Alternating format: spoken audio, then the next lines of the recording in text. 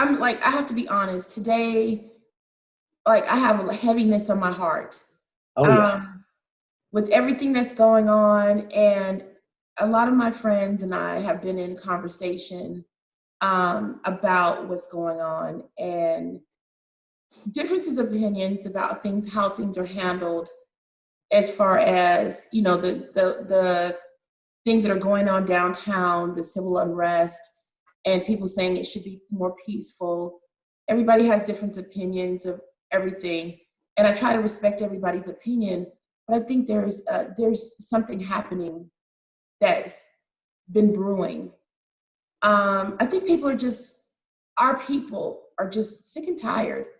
We're just Yeah. tired, and that's with the police brutality, and the murders that have happened, but also just in society as general. Like, I don't think that most people understand what we go through, and when we think about it on a creative level, on a daily Mhm. basis, what we Okay. All of a sudden. yeah, this is like real life stuff. So Beautiful. we're gonna Beautiful. take everything. Yeah. Okay. Good. Yeah. So Anthony, Well, so how do you deal with that? You've been in this industry for a long time, and I know you have seen it all, done it all. We talked about some of those things before. yeah. So how do you cope with that? How do you move past? How are you in this time right now and know that you still have to run your business, you still have to remain creative, you have to push forward? Because of learning the lessons from those elders that we mentioned, like the Baldwins and the Simones and James Brown, et cetera, Paul Robeson, um, I understand the importance, our importance, in that conversation, because what we do, I would say, is critical, because for so long, somebody else shaped our narrative.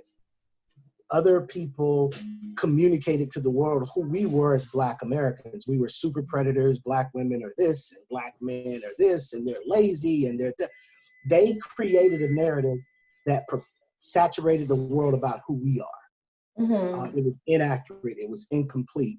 So now that the barriers to entry are lower, now we get to tell our own stories our way, more complex characters and story elements, and more of our story. And we have many, many, many generations to catch up. So I think there's so much room for great film, television, theater professionals to tell stories. We got a lot of catching up to do, because they had a perception about George that led to his death. They had a Yeah. perception about Ahmaud Arbery that led to his death, and on and on. Their perception about us is inaccurate. For Mm-hmm. example, I saw someone post on social media a number of weeks ago, like Dylan Roof killed 9 people in a church, and they took him to McDonald's, and he was treated with kid gloves in his arrest. Where you have Black men who are unarmed who end up dead. Yeah. Yeah. Who's more dangerous? But you think this Black man is more dangerous than this white kid who just killed 9 people. You see what I Yes. mean? Perception. Yes. And he's a troubled youth, but this guy's a super predator. I was afraid Yes. for my life, Yes. Or you get a George Zimmerman who's chasing a 14-year-old boy, on and on, right? It's those perceptions that, but it's institutional. It's across the board, because, I worked at a museum for a while, and I curated art shows. There's American art, then there's Black art. And the distinction is, there's one idea that represents what America is artistically, and then the subset of that is what Black people are doing, as if we're not Americans. So there's Right. always a separation, a distinction between us and the rest. And I got tired of playing the game. I applaud a lot of my colleagues who are trying to get into the system, who are trying to work that. I got tired of playing the game. I'm like, you know what? We don't need to, because with all of the platforms and all of the ways that we can communicate, we can get our message out to a large audience. Yes. To me, one of the number one examples is Tyler Perry, because we know for many, many years the industry did not embrace him. Period. There was a lot of critique of his work, and on and on. I was in Atlanta in the early days when he was starting out, and there was this kind of bougie, arts elite who looked down on his work as if it was Chitlin Circuit work. Me, Mm-hmm. young in the industry, I'm gravitating towards them because I want to get that kind of sanctioning. But now some of those people aren't even in the industry anymore, where Tyler Perry Right. owns half a military base. Right. Right. So one of his key secrets is he found the group of people who valued and appreciated what he brought to the table, and he took their work to them. You can't please everybody. And I was speaking about this yesterday to another person. Trump understands his base. He knows who his audience is. So he knows most of what he communicates is for that group. Martha Stewart, Oprah, on and on. These people with premium brands, good or bad, these people with premium brands, they understand who they're communicating to. So that's how I cope with it. I stay connected to the people who support me, and we just create this daily conversation that includes everything from text messages to emails to Facebook postings. I'm constantly seeing the conversation evolve. I stay engaged. I know that's a part of my overall narrative. How do I cope with it? I used to complain thinking they, and then it occurred to me one day, well, what about you? What are you doing? And that Yes. shut me up. And I think it'll shut me up for life. I'm no longer going to be so concerned about what others are doing or not doing. It's like, Anthony, what is your 100%? So what things can I do to move this needle forward, to make an impact? And, I'm not a super wealthy man with a huge infrastructure and a lot of influence, but there are some things that I can do. And I do those. Like one example is I mentor about 16 people. I'm grooming young people in this industry on how to prepare themselves for a sustainable long career. So that's one thing that I can do. Giving people opportunities who were rejected by other entities. Because, I'm like, they say, hey, could you help me? Sure, come on in. I'm going to show you. Because I remember when I was coming up, so many people put their foot on my neck as opposed to giving me that hand up. Yeah. Yeah. I said, I'm not going to be that guy. I'm still working to make sure that I'm making smart, strategic, solid business decisions, but at the same time, I can lift as I climb. Yeah. And so many layers. Also, I tend to get up sometimes 4 or 5 in the morning, military background. So I'm sitting out on the front porch, having my coffee, just listen to the birds.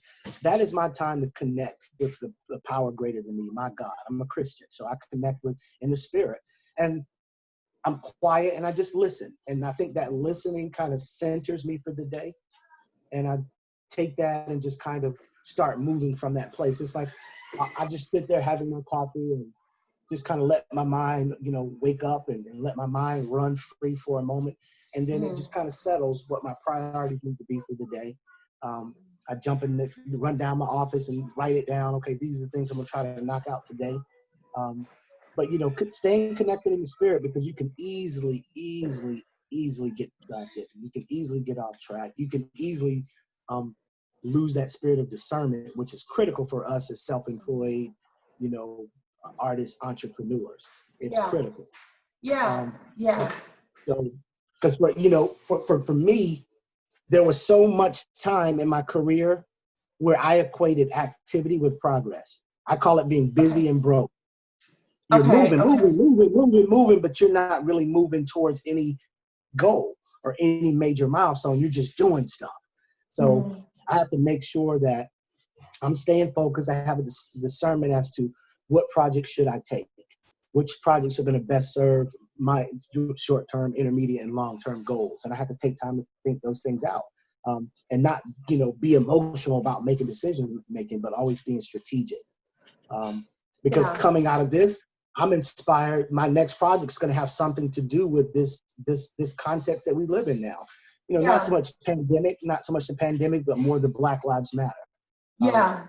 Something came to me, and that's another way that I can contribute. I can tell that story and spend months there and work actors there, and then bring that to an audience somehow.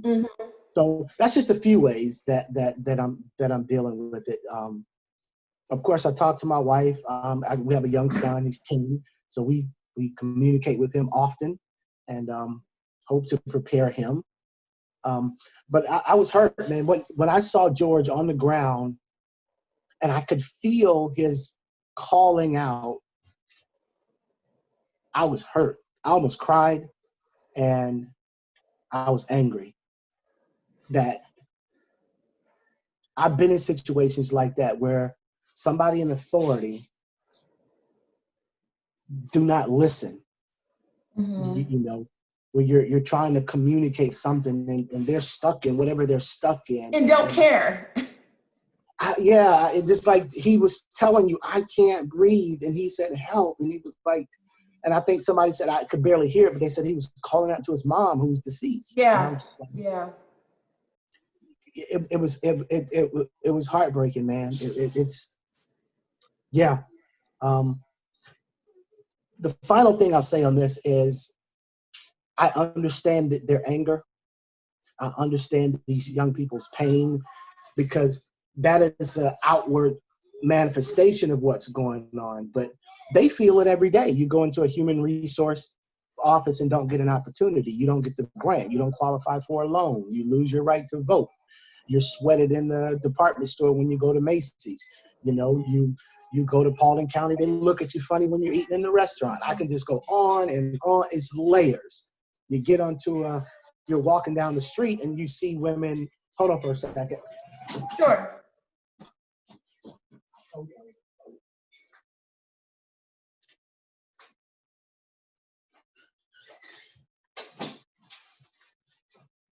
Sorry about that. That's okay.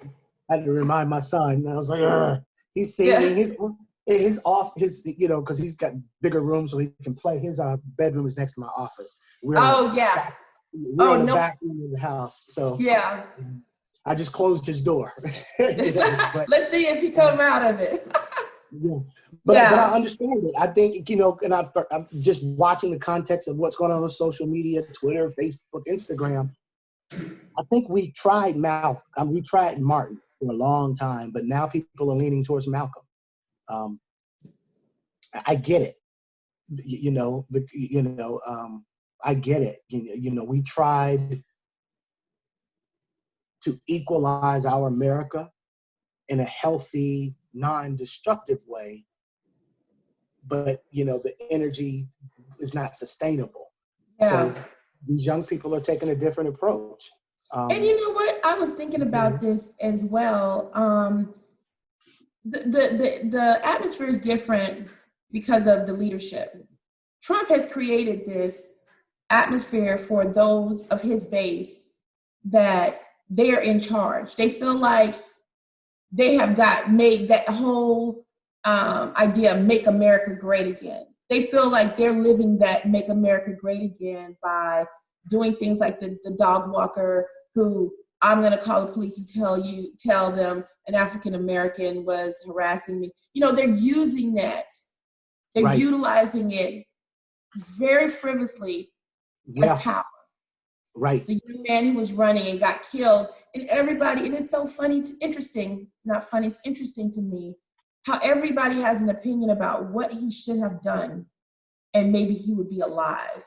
Like, what do you do when you're walking? Like, if I was walking outside and somebody approached me with a gun, I'm going to try to protect myself because I don't want to die. Mm-hmm. So how can you, not being in that situation, have your own opinions of, if he had just ran the opposite way, or he should have put his hands up, he should have, with some strange person putting a gun on you, you just put your hands up. They even teach you when, you know, with protecting yourself as a woman, they say never get in the car with somebody trying to abduct you. You yell, you scream, you get attention. You don't just comply with someone trying to accost you. So it just blows my mind how people think that could have went a different direction. It's like so many excuses are made for the oppressor. So many excuses are made for those who do wrong. It just, and even like with all the Black men have been murdered by police, everybody's always waiting to see, what did they do?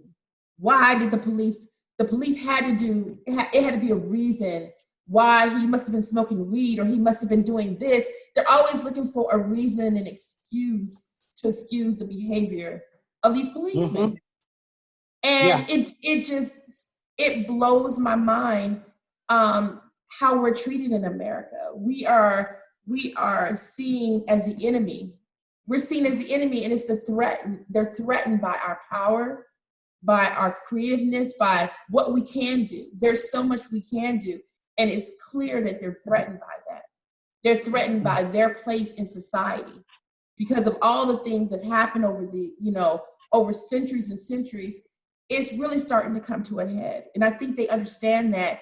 And with this leadership, he's giving them the code, he gives out code words and giving them permission to do these things that they're doing, Right.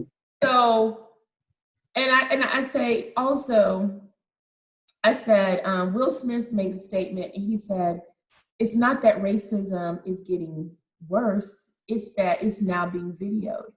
And I think that is something that this generation is dealing with that we didn't have when we were growing up. We didn't have footage of these young men, Black men being harassed, being killed. It's been going on. They were getting away with it. But now that there's video, this generation, I would say starting off with Trayvon Martin, that might not be an accurate statement 100%, but for most this generation, because I was talking to my son today and we discovered he was about 6 when Trayvon Martin got killed, got murdered, and he's 13 now. And a lot of the kids who saw this happen when they were maybe like 12 or something are now over 18 and of voting age, and they're seeing it in a different light, and they're seeing one after another, after another, after another. And I think that's where this civil unrest is coming from, this frustration. And that's why I said, and it's not the most popular belief, but I said, I get why they're doing it. And I understand why they're doing it. And I don't want to see anyone get hurt. I don't want to see buildings get burned down, but those are material things. This man's life is lost. All these boys and Black men's lives were lost. And for me, that's far more important than a Target, than whatever store that got its windows. It will get repaired. They have money to repair it. And I'm not trying to be just not caring about whatever that is, but I really don't care. I really don't care. I care about this man that got killed. And that's what I want to see stop, Yeah. But man, it's because you mentioned the generational element of it. That is a part of it, a big part of it, because we've seen it for years. We've been patient. We've been churched. We've prayed. We've marched. We've nonviolence. And now I'm seeing, and then, like even in Atlanta, I live downtown, there's a lot of gentrification. Again, we're marginalized. Again, we're being pushed out. Again, we're not the priority. Others, and I get it. I get the frustration of Black people feeling helpless, becoming segregationist. I get it. I'm real cautious about the segregationist part. That is my Christian faith.